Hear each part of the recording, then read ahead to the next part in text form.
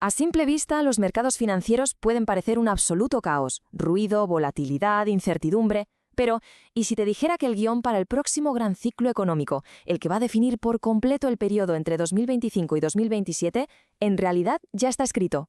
No, no es una bola de cristal, ni mucho menos. Se trata de entender la secuencia de causa y efecto que, muy probablemente, está a punto de desplegarse ante nuestros ojos.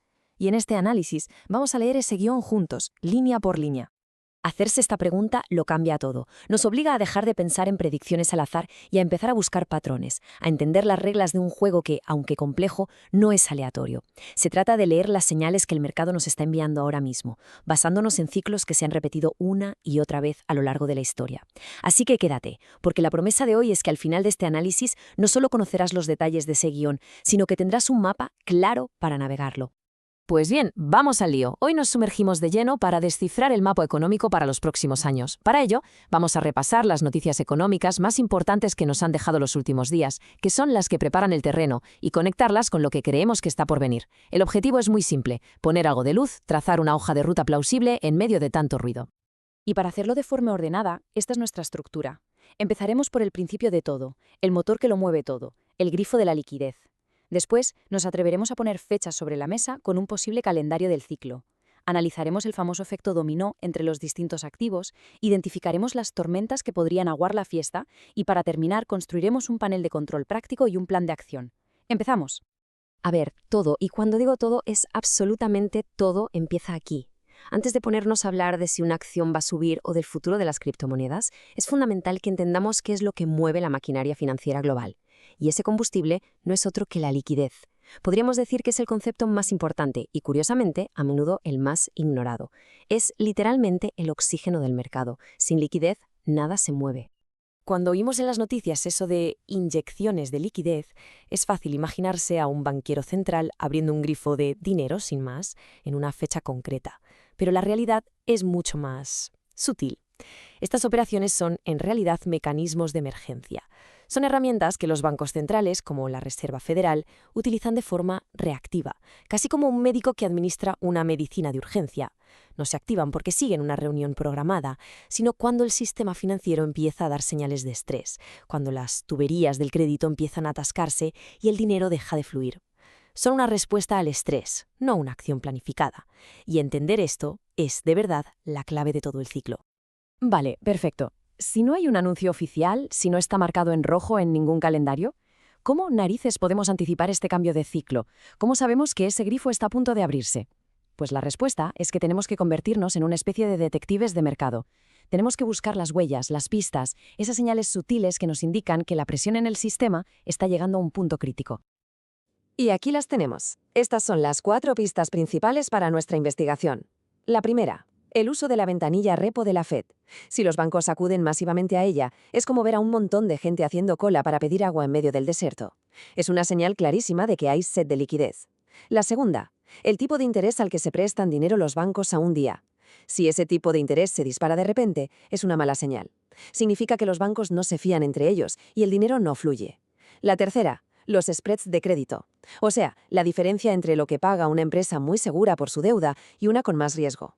Si esa diferencia se hace más grande, es que el miedo está aumentando. Y por último, la famosa curva de tipos. Cuando la cosa se normaliza y los bonos a largo plazo vuelven a pagar más que los de corto plazo, históricamente ha sido una de las señales más potentes de que lo peor ya ha pasado. Vigilar estas 4 señales es como tener un sismógrafo de la liquidez del mercado. Muy bien, ya entendemos el qué, la liquidez. Ahora vamos a la pregunta del millón, la que todo el mundo se hace, el cuándo. Si cogemos los patrones históricos y las señales que acabamos de comentar, podemos empezar a esbozar un calendario probable para los próximos movimientos clave del mercado. Ojo, esto no es una certeza absoluta, que nadie se equivoque, pero sí es una hoja de ruta con una probabilidad bastante alta. Fijaos muy bien en la secuencia, porque aquí está una de las claves más importantes. El suelo de mercado general, el punto de inflexión donde todo gira, se formaría probablemente entre febrero y mayo de 2026. Pero, y aquí viene lo interesante, los activos no se mueven todos a la vez. El mercado cripto, que es mucho más sensible a los cambios en la liquidez y al apetito por el riesgo, tiende a adelantarse. Empezaría a mostrar signos de vida ya en la primera mitad de 2026. Y solo después, ya en la segunda mitad del año, es cuando veríamos a la bolsa global, la de toda la vida, empezar a acelerar de forma sostenida. ¿Y por qué esta secuencia? Pues porque los mercados son máquinas de descontar el futuro. No empiezan a subir cuando las buenas noticias llegan, sino cuando empiezan a verlas en el horizonte, cuando las intuyen. Y esta desfase temporal nos lleva directos a nuestro siguiente capítulo, el efecto dominó. Una vez que la liquidez empieza a volver y el ciclo económico gira, el capital no se reparte de forma uniforme por todo el mercado. ¿Qué va? Sigue un patrón bastante predecible, como una cascada, que suele empezar en los activos que se perciben como de más riesgo, para luego poco a poco irse extendiendo al resto. Entender esta secuencia es fundamental para no llegar tarde a la fiesta. Dentro del universo cripto, este efecto dominó tiene un orden muy establecido. La primera ficha que cae es la de Bitcoin. Es el oro digital, el activo refugio del ecosistema, y su fortaleza inicial se ve en cómo empieza a entrar dinero institucional a través de los ETFs. Una vez que Bitcoin se estabiliza y coge fuerza, el capital, que siempre busca más rentabilidad, empieza a moverse a la siguiente ficha, Ethereum. Este gana impulso a medida que sus soluciones de escalado, las Layer 2, demuestran que funcionan bien y que la narrativa de la tokenización de activos reales, o RAA, coge tracción. Y solo entonces, una vez que los dos gigantes están fuertes, el dinero empieza a rotar hacia las grandes altcoins y ya en la fase final, la de más euforia, fluye hacia las narrativas más especulativas, como las que unen IA y cripto. Y bueno, este patrón de rotación que vemos en cripto es en realidad un pequeño reflejo de lo que ocurre en el mercado global. Así que ahora vamos a aplicar esa misma lógica a la bolsa tradicional. Aquí, el guión también es selectivo, no todo va a subir por igual. El capital se va a concentrar en unas pocas tendencias estructurales que son increíblemente potentes y que van a actuar como los verdaderos motores de todo el ciclo. Pues aquí lo tenemos. El epicentro absoluto del próximo ciclo bursátil muy probablemente será la infraestructura para la inteligencia artificial. Y con esto hablamos de los semiconductores, los chips de última generación, las memorias de alta velocidad. Pensemos en ello como los picos y las palas en la nueva fiebre del oro del siglo XXI. Pero esta revolución tiene una consecuencia directa, una que no se puede evitar, un consumo de energía masivo. Los centros de datos ya consumen más electricidad que países enteros. Por eso, el segundo gran sector es la energía que alimenta esta revolución. Redes eléctricas inteligentes, almacenamiento, gestión. No hay IA sin energía, es así de simple. Y junto a estos dos gigantes se suman la ciberseguridad, que es cada vez más crítica, la tecnología de defensa en un mundo geopolíticamente muy complejo y una porción en empresas de alta calidad, las de toda la vida, para que actúen como ancla de estabilidad.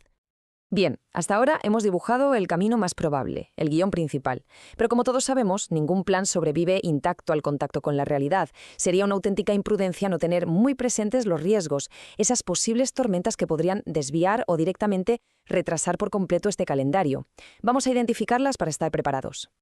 Básicamente hay 4 grandes jinetes del apocalipsis para este guión. El primero y quizá el más importante es que la inflación repunte. Esto obligaría a los bancos centrales a mantener los tipos de interés altos durante más tiempo, lo que fortalece al dólar y ahoga a todos los activos de riesgo. El segundo, un shock regulatorio inesperado en el sector cripto que podría generar pánico y una huida masiva hacia la seguridad de Bitcoin y poco más. El tercero, un empeoramiento de las tensiones geopolíticas, que casi siempre se traduce en un petróleo más caro y un dólar más fuerte como refugio global. Y por último, un evento de estrés en el sector inmobiliario o en los mercados de deuda, una crisis de crédito que podría contagiarse a todo el sistema y retrasar la recuperación. Entonces, la situación es la siguiente. Tenemos un guión probable y unos riesgos identificados. La pregunta es, ¿cómo navegamos esto en tiempo real? No podemos operar a ciegas. Lo que necesitamos es un panel de control, una especie de consola de mando con los indicadores más importantes que nos diga, semana a semana, si vamos por el buen camino o si alguna de esas tormentas que hemos mencionado se está acercando peligrosamente. Y este sería un ejemplo de ese panel de control. No se trata de mirarlo todo, sino de centrarse en lo que de verdad importa. A nivel macro, queremos ver que la curva de tipos se normaliza y que el dólar pierde fuerza. En el apartado de liquidez, buscamos que los spreads de crédito se compriman, lo que indica que vuelve el apetito por el riesgo. En el mundo cripto, que los flujos de entrada en los ETFs sean sostenidos. Y en la bolsa, que las grandes empresas de IA sigan anunciando inversiones potentes. Pero el punto crucial es este. No buscamos una única luz verde, buscamos un coro. Cuando varias de estas señales de distintas categorías se ponen en verde a la vez y se mantienen así durante un tiempo, la probabilidad de que el suelo de mercado se haya confirmado aumenta exponencialmente. Perfecto. Ya tenemos el mapa, conocemos los riesgos y hemos construido nuestro panel de control. Ahora llega el momento de la verdad. Unirlo todo en un plan de acción. ¿Qué hacer concretamente en cada una de las fases del ciclo que hemos descrito? Porque al final, la estrategia es tan importante como el análisis. El plan podemos dividirlo en 3 fases psicológicas muy claras. La primera fase es en la que estamos ahora, la que llamamos antes del suelo.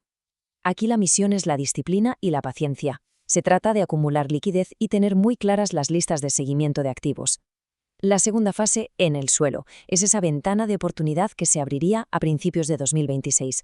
Aquí se necesita coraje para ejecutar, pero con prudencia, entrando en varias veces a medida que las señales de nuestro panel de control nos dan luz verde. Y la tercera fase, tras el suelo, ya en la segunda mitad de 2026, es la de gestionar la euforía, mantener las posiciones principales y ser disciplinados para recoger beneficios parciales si la subida es demasiado vertical. Para que esto sea más visual, veamos un ejemplo de cartera, y es fundamental recordar que esto es solo un marco educativo, no es una recomendación de inversión para nadie.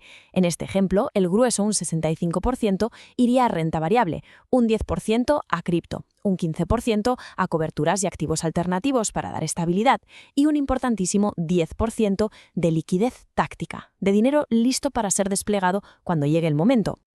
Y si hacemos zoom en las partes principales, el núcleo de la renta variable se centraría en los temas que ya hemos comentado, la infraestructura de IA y la red energética que la tiene que soportar. En el lado cripto, el enfoque sería bastante conservador dentro de lo que cabe en este ecosistema.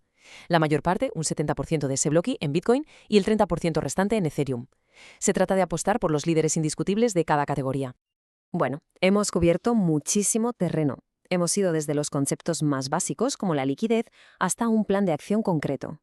Así que, para terminar, vamos a destilar toda esta información en sus ideas más esenciales, en ese resumen ejecutivo que condensa todo nuestro análisis. Si tuviéramos que quedarnos con una sola idea de todo lo que hemos hablado, sería esta. El guión más probable apunta a un suelo de mercado en la primavera de 2026, que vendría seguido de una recuperación potente. Dentro de esa recuperación, el sector cripto probablemente se moverá primero, y el motor temático que lo impulsará todo será la revolución de la inteligencia artificial y la gigantesca necesidad de energía que ésta conlleva. Ese es el eje central del mapa. Y cerramos con una pregunta, una reflexión final. Estamos muy enfocados en la IA como el gran motor de este ciclo, pero ¿es este el evento principal? ¿O es solo el primer acto de una transformación tecnológica y económica muchísimo más profunda que apenas estamos empezando a comprender? La respuesta a esa pregunta probablemente definirá no solo los próximos 3 años, sino las próximas décadas. Espero que este mapa sea de utilidad. Gracias por acompañarnos en este análisis.